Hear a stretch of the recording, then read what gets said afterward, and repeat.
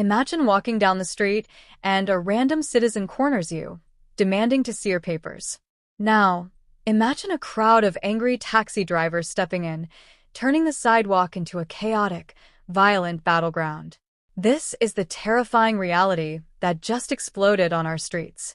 A man linked to the March and March movement allegedly tried to play border patrol by demanding a passport from a foreign national, but the streets fought back.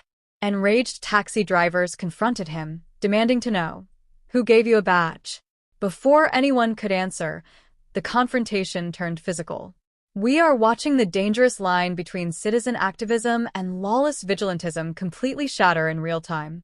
When ordinary people start playing police officer, is it community protection, or is it pure, uncontrollable chaos? If you are joining us for the first time, subscribe so you don't miss any updates. And if you find this video informative, please like, subscribe, and share.